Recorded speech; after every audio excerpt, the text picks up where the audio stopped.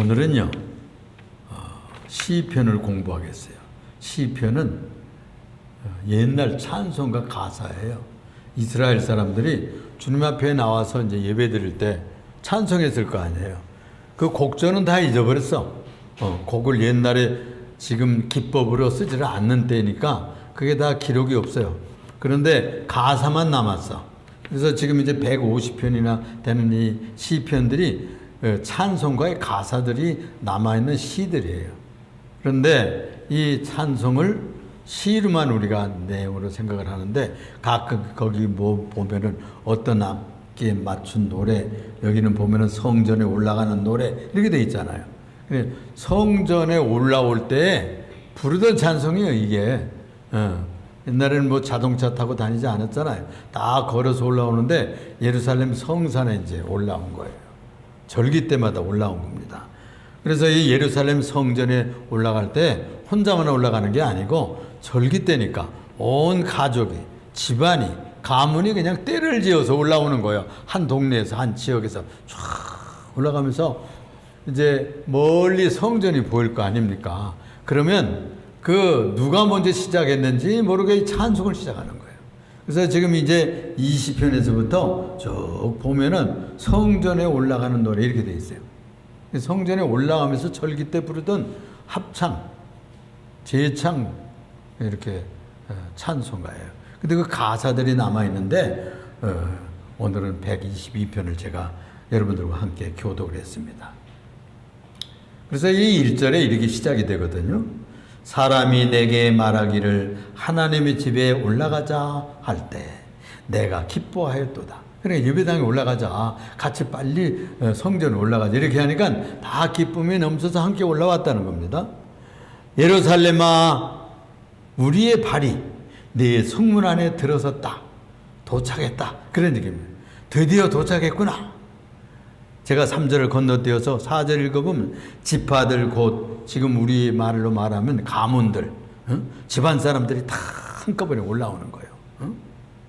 다윗 지파, 유다 지파, 레위 지파, 또 무슨 베냐민 지파, 또 루벤 지파, 므낫세 지파, 이러면 지파마다 쭉 올라오는데 가문 가면 친척이잖아요. 뭐 사촌, 육촌, 팔촌 다 같이 막 올라오는 거예요. 그러니까 얼마나 저럴 때 재미있었을 거예요. 재미있었을 거예요. 여러분들이 8월 추석에, 저번 추석에도 다 시골 가서 또 형제들 만나고 얼마나 반갑게, 반년 만에 또 만나고, 정초에 또 만나면 반년 만에 만나고 이렇게 반갑잖아요. 그리고 예배당에서 만나면 더 신났던 거예요.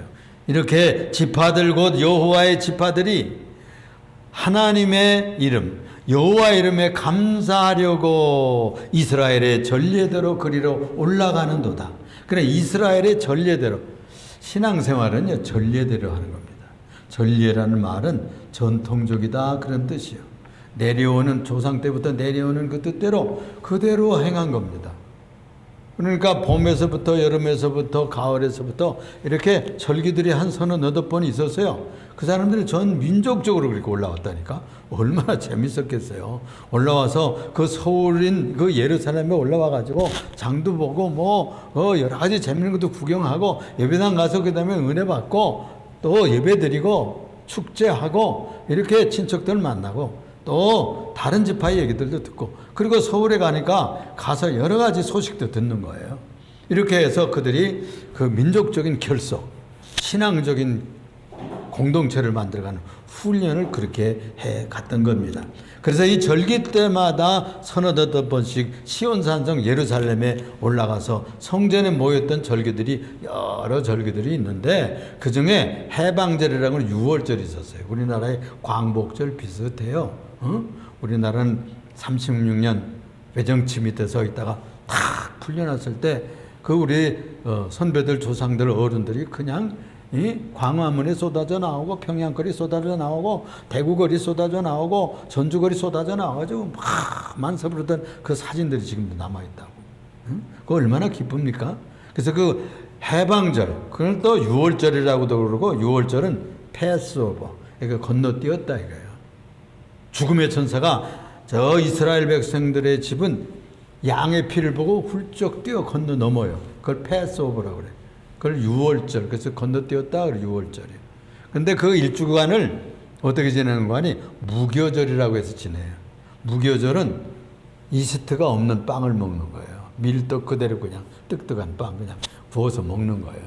그건 죄 없는 빵, 순수한 빵. 그건 출애굽을 할 때 이스트가 되기 부풀기도 전에 그 빵 덩어리를 짊어지고 나와서 출발했다 그런 뜻이에요. 새 출발을 기념합니다. 그 다음에 초막절기가 있었어요.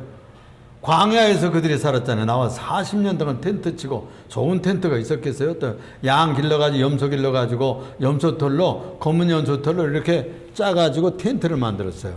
그 장막. 그런데 처음에는 그랬지만 양들이 없는 집은 뭐예요? 초막절이 나무 꺾어다가 이렇게 해서 얼기설기 이렇게 해서 그늘 임시를 피하고서는 살았던 거예요. 그걸 초막절기라고 그래. 광야를 기념하는 거예요. 그래서 지금도 합니다. 그 사람들은. 이 기와집에 살고 또는 빌딩집에 살고 좋은 주거지에서 나와가지고 그 절기가 탁 되면은 초막을 짓는 거야. 그래가지고 우리 캠핑하죠. 비슷하게 그렇게 그 절기를 지내는 거예요. 축제하는 거예요.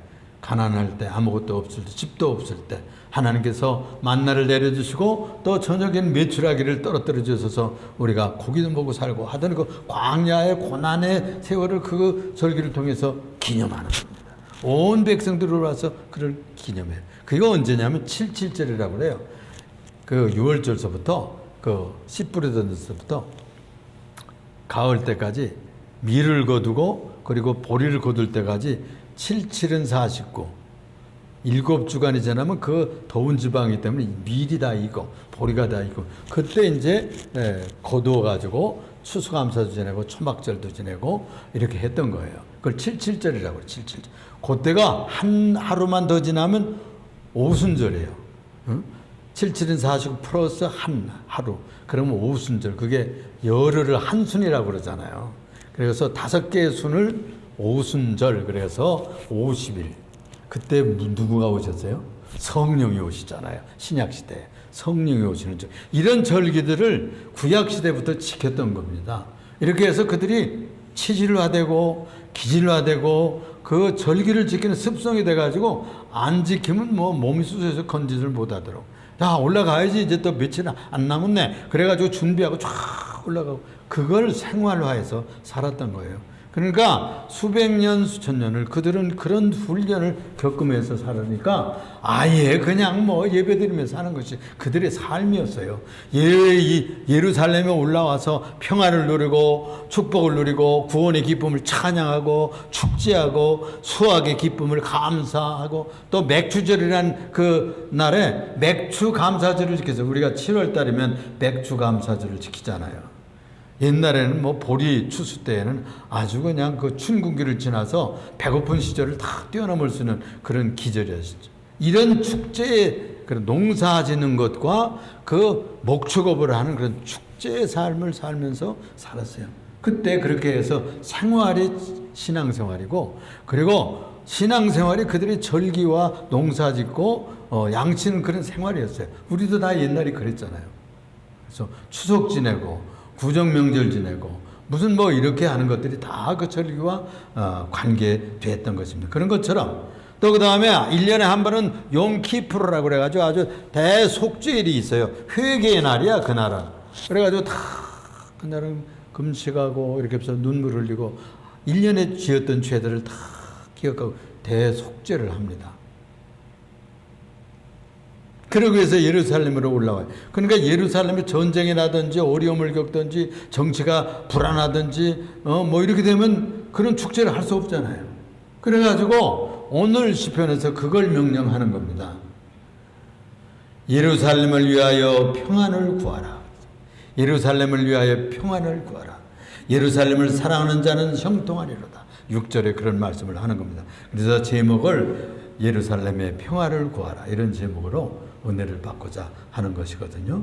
제가 하필 이 얘기를 왜 하느냐 하면 지금 예루살렘에 불안해요. 지금 이스라엘의 전쟁이 터졌어요. 지금 마지막 시대에 자꾸 가까이 간다는 거예요. 그래가지고 지금 불안해. 그러더니 결국은 또 터졌단 말이에요. 이런 전쟁이 한두 번 있었던 것이 아니에요. 먼저 생각할 것은 그래서 이 예루살렘이라는 말 뜻 자체가 평화의 도성이다 그런 뜻이에요. 이 예루살렘, 살렘은 샬롬에서 왔어요. 그래서 평화의 도시, 평화의 성 그런 뜻이라. 그런데 아니 평화의 도성 예루살렘이 왜 이렇게 불안하고 왜 이렇게 세계에서 가장 전쟁이 많고 어려움이 많은 곳이에요. 우리나라도 거기 뒤지지 않지만 그 나라에는 더했는데 왜 그런 거 하니? 거기가 중요 지점이야.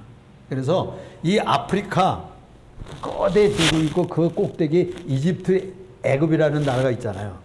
이게 강력해지면 올라오는 거예요. 군대를 이끌고 올라오는 거예요. 그래가지고 그 나라를 지나가는 거예요. 예루살렘 지나가고.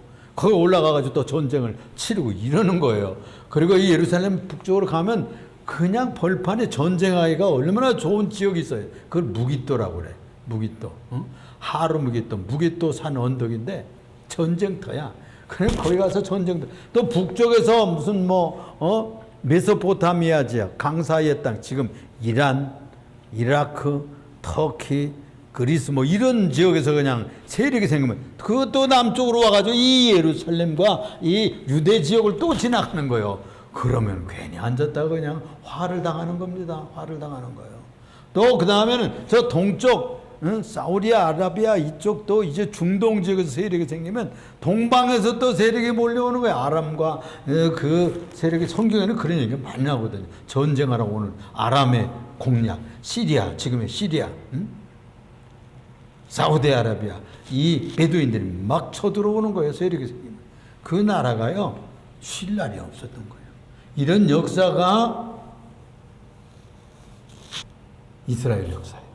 근데 왜 하필 그거 전쟁 지역에다 탁 가운데 넣어가지고 그렇게 볶아대는 그 지역에다가 사랑하는 민족을 키웠을까요? 거기가 중요 지점이기 때문에 세계의 모든 문물을 흡수해가지고 잘 소화하고 또 이 이스라엘 백성들이 거기서 신앙생활을 잘하면 그걸 배우겠죠. 많은 사람들이 배우겠죠. 그러니까 모델로 세우는 민족이야. 고난은 많고 시련은 많고 고통은 많고 전쟁 참화는 많지만 우리나라는 다른 나라를 침략할 수가 없는데 다른 나라 일본이 강해지면 올라오고 중국이 강해지면 또 오고 또 무슨 어디서 오면 또 내려오고 이렇잖아요. 비슷한 정황이 있어요. 이렇게 이스라엘이 본래 이름 자체는 평화의 도성이었는데 글쎄 그 역할을 잘 하지 못했어요. 이런 고난의 도성이 됐던 겁니다. 본래는 이 이름이 언제부터 시작이 됐는가 하니 아브라함 때부터 그 이름이 나타나요. 아브라함이 자기 조카 롯이 전쟁통에 또 그때도 전쟁이 저 북쪽에서 내려와서요. 그 도시들을 막 아브라함과 그 롯이 있는 도시를 막 급습해가지고 다 포로해 간 거예요. 그 중에 조카 롯, 사랑하는 롯, 형님의 아들이 잡혀간 거예요. 그러니까 자기한테 있는 군대들 한 380여 명의 군대들을 그 청년들 데리고 말이야. 밤에 야습해가지고 그냥 그들을 공격해가지고 다 뺏어옵니다. 전승을 해, 승리를 해가지고 옵니다. 돌아오는 길에 그 소돔과 고모라의 왕들이 나와서 그냥 자기들은 안 싸우는데 아브라함이 싸워서 다 뺏어오니까 얼마나 감사해. 응? 그래서 나가서 환영을 하는 거예요. 환영식을 하는데 누가 그 중에 끼어 있는 거 아니? 살렘 왕이라는 사람이 끼어 있어요. 살렘 왕. 멜기세덱이라고 하는 사람이 끼어 있는 거예요. 이분은 제사장 같은 왕이야. 체덱이라는 말은 정의 그런 뜻이에요. 멜기 왕이라는 뜻이고요. 그래서 멜기세덱 그러면 의의 왕 그런 뜻이에요. 정의의 왕. 또 그 도시 왕국의 그 이름은 살렘이라는 도성이라는 거예요. 그게 바로 예루살렘의 옛 이름입니다. 그래서 이 평화의 도성, 살렘이라는 말은 평화의 도성. 그 멜기세덱은 예수 그리스도 제사장을 상징하던 그런 뿔인데 이분이 왕이라 와가지고 포도주 가지고 나오고 떡을 가지고 성찬식 하듯이 떡을 먹이고 포도주를 나눠주면서 그 수고와 그 피곤을 위로하고 축복하는 거예요. 대환영을 했어요. 그분이 바로 살렘 왕이었어요. 거기서부터 예루살렘 도성이 그 이름이 출현하게 되는 것이거든요. 그래서 바로 이 지역에 이스라엘 역사의 뿌리가 시작이 되는 것입니다. 유대인이 아니었던 헤롯 왕이 왕노릇하니까 유대인들한테 평옷교회에서 지지받겨가지고 성전을 좋아하니까 성전을 막 멋지게 지어준 거예요. 이 헤롯이요, 건축가예요. 도시계획도 하고요. 당시 최고의 아주 우리 좋은 그런 건축가였어요. 근데 왕노릇하면서 성전을 멋들어지게 지었어요. 근데 하나님은 그 돌 하나도 돌리에 남지 않고 무너지리라 했던 대로요. 주 70, 서기 70년을 완전히 망했어요. 이 얘기가 뭐냐면 예루살렘이 평화로워야 되잖아요. 근데 그 평화는 어떻게 해야 유지되느냐? 신앙생활을 잘해야 된다. 하나님을 기쁘게 해드려야 돼요. 예배드릴 때 예배드리고, 그리고 하나님의 거룩한 율법의 정신이 뭐예요? 사랑하라는 거잖아요. 용서하라는 것이잖아요. 이해해주라는 거야. 감싸주라는 거잖아요. 그런데 법으로 들여서 사람을 법으로 위해서 사람을 죽이기만 하는 거예요. 죄인들이라고만 하게. 이러니 예수님 마음을 받지는 않았어요. 이래가지고 유태교를 폐기 처분한 겁니다. 이래가지고 계속 환난을 당했다는 거예요. 그래서 지금까지요, 지금까지 우리가 보면은 이 성전이 뭐예요? 나중에 다시 지금 꿈이 뭔지 알아요? 유대인들의 꿈이 제3성전을 짓는 거예요. 제3성전. 왜 지으려고 할까요? 주 70년에 망해가지고 또 160년, 70년 중에 로마가 완전히 들어와가지고 다 내쫓았어, 유대인들. 고향 땅에서 못 살게. 자꾸 반란을 일으키고, 자꾸 독립하려고 그러고, 자꾸 속색이니까 이 로마 제국이 다 내쫓아가지고 다 흐트러졌어요. 그래서 그걸 디아스포라라고 해요. 다 이산 가지고 됐어요. 우리나라도 지금 이산 가지고 있어요. 1000만 이산 가지고 있어요. 이남 땅에 살다가 북한이 좋아가지고 북한으로 올라간 사람들, 이북에 살다가 이렇게 이남으로 내려온 사람들 다 이산됐잖아요. 지금 이 휴전선이 거쳐야 빨리 만날 수 있는 거예요. 지금 이 유대인들이 다 들어가지고 얼마나 세월이 지났냐? 1800년, 1900년 정도 흩어져 살았어요. 근데 이 사람들이요, 흩어져 살면서 돈을 잘 벌었어요. 생존 기법을 가지고 보석을 모으고 금을 모으고 그다음에 이자를 하고, 그래서 또 난리 나면 또 그냥 돈 주고 이렇게 살아남는 거예요. 돈이 하여튼 재정이 있어야 하여튼 이 어려운 시대에 살아납니다. 그래가지고 금융업이 발달하고 아주 돈 관리를 잘해가지고 부유해졌는데, 어떤 가문이 나타나는 거 아니?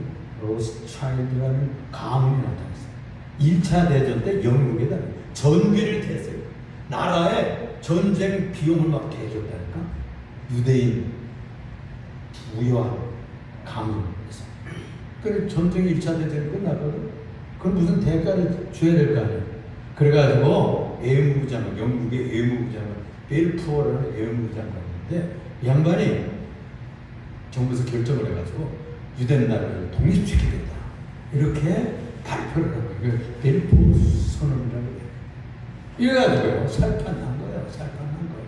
그리고 이 팔레스타인 지역은 영국이 와서 보호령으로 이렇게 지키고 있었는데, 그러니까 거기다 유대 나라 세워주겠다고 그러니까 그 사람들이 좋아해서 팔레스타인 사람들이 거기서 1500년 이상 살던 사람들이 다 있는데, 이스라엘 사람들 다 유대인들이 쫓겨나고 딴 사람들이 와서 다 살고, 가나안 사람들 그 지역 사람들 다 와서 살고 있었던데 1700년만 다 쫓겨나는 거예요.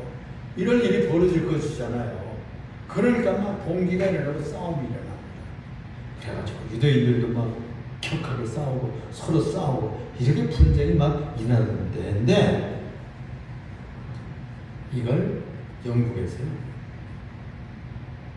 허락하고 유인해서 허락하게 돼요. 그래서 1948년 5월 14일에 독립선언이 되는 거예요. 국가가 선언을 해요. 그래가지고 이스라엘 국가가요 조직이 되고 독립을 합니다. 그 해가 우리나라도 독립하던 해예요. 1948년 8월 15일인데 그 사람들 5월 14일에 독립을 했어요. 그 그러자마자 그 이튿날 5월 15일부터요, 이 팔레스타인 사람들이 총 들고 와서 막 쏘고 그냥 막 공격이 그날부터 전쟁이 시작됩니다. 그걸 1차 중동 전쟁이라고 해요. 또 이스라엘 패권에서는 1차 독립전쟁이라고 해요. 이래가지고 막 싸움이 붙었어요. 그런데요, 누가 이겼을까요? 이스라엘이 이겼어. 이겨가지고 그런 얘기를 제가 여러분들 주고 거기 보면 쭉 내가 써주었어요.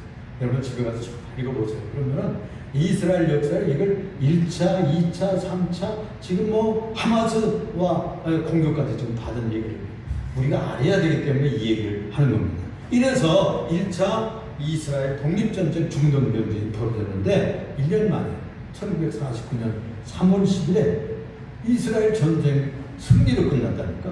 그 조그만 수만 명이 들어와서 이제 시작이 된 나라가 이겼다니까. 많은 그 팔레스타인 사람들 축출되고 다 쫓겨났어요. 요르단 지역을 부분적으로 차지하고요. 또 가자 지구를 점령하고 이집트 왕국이 그 팔레스타인 사람들을 도왔는데 이집트 왕정이 막 무너질 정도가 된 거예요. 그것을 혁명하는 사람은 나세르 대통령입니다. 나세르. 그래가지고 혁명이 일어나가지고 뒤집어지는 사건도 막 일어나게 됩니다. 2차 전쟁이 1956년, 우리가 50년에 남북전쟁이고 한국전쟁이 벌어졌잖아요. 그 3년 만에 끝났잖아요. 우리나라가 53년 7월 27일에 정전했는데 지금 지난 7월 17일 딱 70년입니다. 70년. 그래가지고 우리가 신사참배했던 그 죄를 탕감받았다. 복역의 때가 끝났다. 그렇게 얘기하는 사람들이 많아요. 이제는 새로운 역사가 시작될 것이다. 남북의 새로운 시대가 열릴 거다. 이런 희망의 소리를 많이 했는데 복역의 때가 70년 끝났기 때문에. 그래서 이 2차 중동전쟁이 1956년 10월 29일에서부터 11월 7일까지 있게 되는데 이게요, 굉장한 전쟁이에요. 무슨 전쟁인 거 아니에요? 나세르 대통령, 혁명 대통령이 일어났다 그랬죠, 이집트. 수에즈 운해를 국유화 선언하는 거예요. 우리 거야, 이거. 영국하고 뭐 공용으로 다 있었는데, 그렇게 되면 누가 죽는 거예요? 당장 그 앞을 막으면 이스라엘의 숨통이 막히는 거예요. 콧구멍 막히듯이. 그럼 죽는 거예요. 거기서 배 타고 나가야 되는데 나갈 데가 없는 거예요. 그래가지고 공격에 들어갑니다. 거기다 누가 함께 가는 거 아니? 프랑스하고 영국이 도와주면서 같이. 영국, 프랑스도 그거 막아놓으면은 어디 무역을 합니까? 어디에 뭐 기름을 사올 수 있어요? 파리스가 있어. 무역이 안 되니까 같이 공격에 들어가서 이렇게 차지해서 시나이 반도도 차지하고 수에즈 운해도 차지하고 이래가지고 막 승리한 것 같았어요. 그런데 가만 미국한테 상의도 안 했다고 막 뒤에서 툴툴거리고 소련하고 합해가지고 니들 거기서 물러나 막 강대국 둘이서요 막 협박을 하는 거예요. 그래가지고서는 거기서 다 물러나게 되는 거예요. 수에즈 운해도 놓고 그리고서 다 놓고 나오게 되는 겁니다. 그래서 나세르가요 외교적으로 승리 싸우지도 않고 외교적으로 지는 것 같았을 때 이겨버렸다니까. 그게 2차 중동전쟁. 3차가 언제 일어나는 거니? 그 유명한 1967년 6.1전쟁. 여러분들 6.1전쟁 얘기 들었죠? 모세 다이안 장군. 그러면 여러분들 모세 다이안 장군 다 기억하죠? 아마 그 이스라엘 얘기 들었을 때 6.1전쟁 얘기 들으면 모세 다이안 애꾸는 장군 있잖아요. 이분이 앞장서 지휘하면서 전쟁을 하게 되는데 나세르가 이 홍해 티란 해협을 또 막는 거야. 그래가지고 못 나가게 하니까 이번에는 미국도 함께하고 영국도 같이 지원해가지고 이스라엘이 싸우기 시작해가지고 이집트와 싸웠어요. 그래가지고요 모든 아랍 국가들이 다 들어붙어서 싸우는데 이 라민 총리와 모세 다이안 장군이 지휘한 이 이스라엘 전투기들 300대밖에 없어. 이집트에는 900대나 돼. 근데 300대가 지중해 쫙 디귿자로 가가지고 새벽에 밤에 가서 그냥 미리 기습을 해요. 다 때려오셨죠. 그 사진을 보면 기억이 되는데 그냥 무슨 성냥갑 그냥 불태워서 죽은 것처럼 다 비행기들 시커멓게 다 수백대 그렇게 다. 그래가지고요 공군력이 약화돼가지고 망합니다. 그래서 대승을 하게 되는 거예요. 이스라엘 사람들은 군대 그저 한 1000명 죽었는데 이 아랍의 군대들이 2만 명이나 전사하게 돼요. 그 유명한 전투 6일 동안에 이래가지고 그건 요르단과 시리아도 합동해서 막 쳐들어왔어요. 그런데 그거 다 퇴각시키고요. 그래가지고 올란고원, 여러분들 갈릴리 지역을 위에서 내려다보고 지키는 그런 고원 지역이 있어요. 이것이 본래는 요르단 땅이었어요. 그걸 뺏어버렸어요. 시리아도 다 물러가고요. 다 물러가고요. 그래서 그것을 차지해서 갈릴리 수원을 보고했어요. 갈릴리가 그들의 그 이스라엘의 수원이에요. 우리나라 저 한강 북쪽에서 이렇게 댐 막아가지고 이렇게 수원을 잘 관리해가지고 서울 시민들 1,000만이 마시고 살고 수도권에 또 1,000만이 마시고 살잖아요. 그런 것처럼 얼마나 물이 중요합니까? 그래서 이 갈릴리 호수를 보호하기 위해서 골란을 점령하고 자기 나라 땅으로 만들게 되고, 그 다음에 1932년에는 시나이 반도 다 뺏었잖아요. 시나이 반도 그걸 다 돌려줬어요. 그러고서 골란고원은 그걸 차지하게 됩니다. 1978년에는 저 남쪽 레바논의 남쪽에 헤즈볼라라고 하는 그것도 반군들이 있어요. 이런 이스라엘을 없애겠다는 거 이런 군대가 그 반군 단체들이 있는데 이스라엘 싫어하는 그걸 점령했어요. 근데 그걸 또 내줬어요. 나중에 2000년에 내줬다고. 1980년 고안 이 골란고원 완전히 요르단이요 그걸 다 내줘버리고 말았어. 찾을 생각을 못해. 완전히 이스라엘 땅이 돼버리고 말았어요. 그 완전 영유권을 포기했다니까. 1988년. 이것이 이제 6.1 전쟁 대승리를 했어요. 연전연승을 한 거죠. 그리고서는 건너뛰어서 여기 2024년 10월 7일이 지난 하마스가 쳐들어온 거예요. 하마스. 이것은 무장 전파인데요. 가자 지구에 저 가자라고 하는 곳이 있는데 지중해 그냥 몰리다 이 서쪽에 조금 가자 지구 이 세종시만큼 크대요. 가자 지구. 그거 이제 그 정도밖에 안 돼요. 그리고 이제 2004년인가 언젠가 그때 거기에 이스라엘 사람들이 유대인들이 60만이 살았대요. 그거 다 나오고요. 그래가지고 그 팔레스틴 사람들만 사는 거예요. 그래서 이번에 무장 공개하고 공격한 자들이 이스라엘은 없애겠다. 그래가지고 결성된 아주 정치 당파하며 또 함께 그 봉기하는 무력 단체가 된 거예요. 그래서 정파라고 말해요. 정파. 무력 정파. 이 사람들이 갑자기 그냥 북한에서요 무기를 들여요. 북한제 무기들을 다 발견해요. 로켓포 갑자기 쏘는데 5,500발을 쐈다. 아이언돔이라는 이렇게 포탄을 막는 그런 포탄을 날아오는 포탄을 쏘면 얼마나 정확하게 쏘면 포탄을 막해서 그 빠른 포탄을. 근데 이스라엘 사람들이 우리가 좋으니까 아이언돔이라고 돔을 이렇게 둥그런 지붕을 돔이라고 그러죠. 아이언은 철로 만든 아이언이다, 돔이다. 그렇게 할 정도로 그 정확하게 맞추는 그 포대가 12포대 있었대.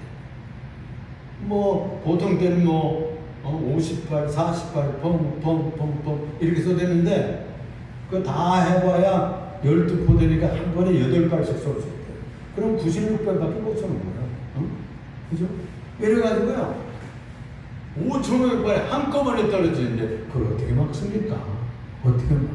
북한은요 12,000발을 쏠 수 있다는 거야. 잠사적으로. 그걸 못 막으니까 이번에 당한 거야. 그리고 이집트가 얘기했다는 거야. 한번 큰 건수가 터질 거다. 그런데 우습게 생각합니다. 모사드, 우리나라의 중앙정보부 같은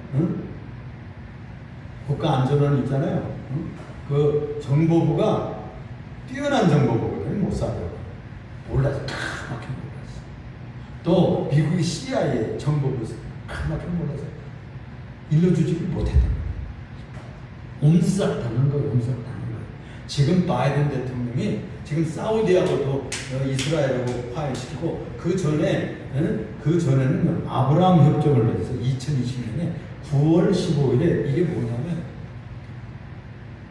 여러분 예루살렘에는 이슬람도 뿌리가 있다고. 이슬람의 마호메트가요 6세기경에 뭐 은혜를 받고 천사를 만났다는 거예요. 그러면서 메카에서 뭐 해가지고 무슨 뭐 계시를 받았다고 그러면서 구약 성경을 읽고 뭐 이렇게 해가지고 어떻게 뭘 문서를 만들고 계시를 받았다 했는데 이렇게 주장을 한 거예요. 자기가 기도하는 메카에서 기도하는 중에 날아가는지 어디니 공간 이동을 해가지고 예루살렘에 그 아브라함이 이삭을 다니던 거기에 자기가 와가지고 계시를 받았다.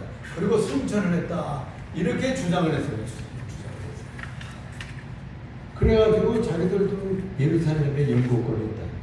또 유대교도 거기 물론 뿌리가 있잖아요. 기독교도 거기 예수님 때문에 우리가 뿌리가 있거든요. 그래서 상계 종파가 거기 뿌리를 내리고 있는데 서로 자기 성전을 지으려고 하는데 이슬람 성전이 거기 있는 거예요. 황금동 성전이 거기에 있는 겁니다. 그래가지고요, 이 미국에 야, 니들 그만 싸워. 니들 다 아브라함의 후손이잖아. 이스마엘도 아브라함의 아들이고 이삭도 유대인들 너희들은 이삭의 아들, 작은 아들 중에 아들이라고 그러고 너는 큰 아들 이스마엘의 아들이라고 하면서 너희들 다 형제잖아. 왜 이렇게 죽기 못 살게 하면서 싸워 이러면서 협정을 맺었어요. 이게 아브라함 협정. 그래가지고 바레인 그리고 UAE 아랍에미레이트 하고 그 다음에 이스라엘 협정을 했어요. 그거 아브라함 협정이라고 해요. 그리고 이제 사우디만 이스라엘하고 이제 교통하고 평화 협정 맺으면요 평화 시대가 오는 거야. 근데 이 하마스가 이렇게 되면 자기들은 이제 팔레스타인은 이제 문제를 다 땅으로 꺼져버리는 거야. 누구도 자기를 도울 우방들이 없는 거예요. 아랍 세력들이 옛날에 조금씩 돕고 그런데 지금 남아있는 자가 누구냐면 이란이야. 이란이 지금도 그 전에 하마스하고 헤즈볼라하고 이란하고 비밀 회담을 했다는 거예요. 그게 들통이 났어요. 이래가지고 이번에 이 작전 기획을 해가지고 갑자기 공격을 해서 된다는 거죠. 2,800명 지금까지 또 그래서 2,200명이 있고 3,800명이 저 팔레스타인 가자 지역에서 죽었다. 그 중에요 4분의 1이 어린이들 그리고 이스라엘에서는 200명이 어린이가 죽었다는 너무나 굉장한 싸움을 했어요. 전쟁에서도 이스라엘 군대는 1,000명밖에 안 죽었어요. 근데 이번에 가장 많이 당한 거예요. 가장 많이 당했어요. 그러니까 지금 20만 예비군들 다 동원했어요. 20만 예비군 다 동원해가지고 지금 공격에 들어간다고 저는. 그런데 북한에서 무기 가지고 북한에서 땅굴을 잘 파잖아요. 북한에서 배워가지고 땅굴을 그냥 다 가자주게 이렇게 해놨다는 거예요. 그래서 지금 고민해요. 이스라엘. 저 들어가서 땅굴에 들어가서 희생이 많잖아요. 땅굴. 여러분 옛날에 베트남에서 미국이 그 패전하고 나왔잖아요. 그 큰 나라가. 땅굴 싸움은 쉽지 않습니다. 그래서 하마스만 어떻게 쪽지게 뽑듯이 이렇게 해낼 수 있는 고민 중에 있는 것 같아요. 지금 그래가지고 오늘 들어가느냐 내일 들어가느냐 이러는데 러시아는 잘했다고 지금 박수치고 또 중국도 지원하고 이란은 잘한다 하고 이러는 거예요. 또 바이든은 가서 싸우지 마라 거기 들어갔다는 힘들어진다 이러면서 그러니까 이스라엘 입장에서 얼마나 고통스럽겠고 또 이 네타냐후라고 하는 이 아주 강성 지도자인데 이거 한번 해치고 해야 되는데 말이야. 이거 문제 해결하지면 정권 놓치거든. 이래가지고 이 고민 중에 있습니다. 여러분 이 긴 얘기를 제가 왜 하느냐. 예루살렘의 평안을 구하고 예루살렘의 평화해야 우리도 평안해. 하나님께서 이스라엘 백성들이 잘 돼야 믿는 사람들이 잘 됩니다. 평안합니다. 그리고 오늘 말씀에서 예루살렘을 축복하라. 평화를 구해줘라. 그래야 너희에게도 평화가 온다. 이제 마지막 시대에 마지막 전쟁이 예루살렘 무기토에서 있다고 그러거든요. 아메게돈 전쟁이라고 그러죠. 이 아마겟돈이라고 하는 그리스 말이에요. 근데 그걸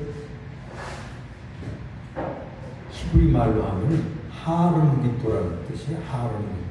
하르라는 말은 산이라는 뜻이에요. 산. 무깃도는 무깃도의 산. 가운데 있는 평야 지역에 분독이 있는데 거기서 전쟁 지휘하는 그런 옛날부터 거기에 전투 지휘소를 삼던 곳이 있고 그걸 하르무깃도라고 해요. 그 주위에 그냥 뭐 전투하고 탱크 몰고 싸우고 이렇게 큰 좋은 지역이에요. 그래서 거기서 세계 전쟁이 여러 번 있었어요. 이제 마지막 전쟁도 그것이 그리스 말로 하면 아마겟돈. 그래서 하멜돈이라고 하는데 이것이 일어날까 지금 두려워하고 있거든요. 자, 이 말이요, 여러분, 이 전쟁이 스바냐서에 예언되어 있어요. 그래서 그걸 결론을 하고 내가 마치려고 합니다. 그래서 성경이 이때를 잘 예고하고 있는데 가자지구 예언이 스바냐서 4장 2절 4절 여러분들 주보에 보면은 내가 찾아놨어요. 거기 보면은 가사는 버림을 당하며 아스글론은 피해가 되고 아스도드는 대낮에 쫓겨나 에글론은 뽑히리라. 이게 가자 지역과 이 블레셋 지역이에요. 팔레스타인 지역이에요.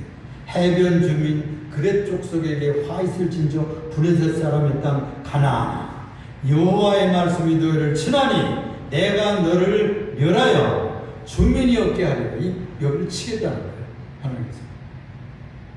6절에 해변은 풀밭이 되고 목자의 운막과 양떼 우리가 거기에 있을 것이고 7절에 그 지경은 유다 족속의 남은 자 지금 남은 사람들 유다 족속의 지금 후예들이잖아요.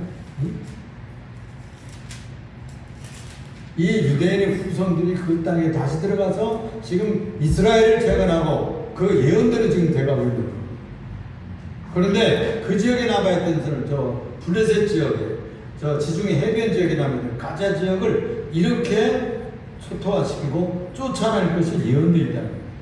그 지역은 유다 족속의 남은 자에게로 돌아갈지라 그들이 거기서 양떼를 먹여 저녁에는 아스글론 집들의 누구니 이는 그들의 하나님 여호와가 그들을 보살펴사 그들이 사로잡힘을 돌이킬 것입니다. 그러니까 사로잡혀가고 지금 다 인질로 잡혀가 있잖아요. 이런 시대에서 이것이 다 돌이키고 회복되는 역사가 일어날 것이다. 이렇게 예언되어 있어요. 이것이 한번 여러분들 이 말씀대로 들은 적이 한번 보자고요. 이것이 여기에 적용되는 예언이에요. 그러므로 하나님께서는 성경의 계획대로 지금 해가고 있습니다. 그래서 여러분들 기도하실 때 우리나라의 평화를 위해서도 기도하고 전쟁 나지 않도록 기도해야 돼요. 만에 하나 전쟁이 나도 우리가 선제타게 해서 이겨야 돼요. 좀 모호한 얘기지만 전쟁 얘기 몰라요. 무슨 얘기인지. 그렇죠? 기도는 우리가 전쟁 없이 통일되기를 기도하는 거죠. 그러나 지금 무기를 70년 동안 하고 우리나라 무기가 우크라이나에 들어가잖아요. 우리나라 무기가 6.25 끝나고서 쓰고 남았던 탱크들 있죠? 이스라엘에 다 팔았어요. 400대나. 아세요, 그리고? 그래서 우리나라하고 이스라엘은 아주 가까운 사이예요. 그래서 우리나라가 잘 돼야 이스라엘도 잘 되고 이스라엘이 잘 승리해야 우리나라도 평안합니다. 이 최고의 머리 좋은 민족이 우리 머리 좋은 착한 민족하고 잘 협의해서 평화를 땅 위에 만들어 가야 돼요. 이것이 성경에서 요청하는 것이고 중동에서 이스라엘, 극동에서 대한민국 복음을 가지고 저 중국에 들어가고 만주에 나가고 중동아시아에 들어가고 예루살렘까지 가는 날 예수님 모신다는 사람. 그래서 복음이 예루살렘 떠나가지고 서쪽으로 지금 이렇게 돌아가가지고 우리 동방 우리까지 오가 중국 들어가고 지금 이제 중독으로 들어가는 인도로 들어가는 그런 차질이 있는 거예요. 이런 아주 중차대한 시대. 북한은 무너지고 우리가 통일이 되고 평화롭게 복음을 전하는 그런 날을 오기 위해서 기도해야 되겠어요. 예루살렘의 평안을 구하라. 그것은 곧 우리의 평안을 위해서 꼭 필요한 일입니다. 지금 국제정세가 돌아가는 것은 극동의 일을 정리하기 위해서 돌아간다는 거예요. 그래서 남한의 무기가 북한의 무기가 지금 소련에게 무기를 주고 있고 우리가 우크라이나에 주고 있고 그래가지고 거기서 우리 무기들 가지고 싸우고 있고 또 이스라엘에서는 이스라엘에 우리가 무기를 주고 또 북한이 하마스에게 무기를 줘가지고 우리들 무기를 가지고 싸우고 있고 이상하지 않아요? 기도하겠습니다. 사랑이 많으시고 내가 풍성하신 주님 감사 찬양 할렐루야. 가사는 버려지고 아스글론과 아스돈 대낮에 쫓겨나고 하나님께서 블레셋 사람들의 땅을 쳐서 주민은 다 없게 해주실 것이라는 이 예언이 무슨 예언입니까? 그 지경은 유다 족속들에게 넘겨주는 그들의 땅이 되리라고 했습니다. 이 마지막 시대에 이런 현상들을 예수 그리스도를 메시아로 그 시대가 오도록 축복하여 주시는 사인들이라고 볼 수가 있습니다. 이 마지막 시대에 우리가 적 그리스도와 싸워 이기고 이제 그리스도가 재림하시는 날에 들림받는 그런 승리의 날이 속히 오도록 축복하시고 저 이스라엘에 빨리 평화가 오게 하여 주옵소서. 또 이 한반도에도 속히 평화가 내려오게 하여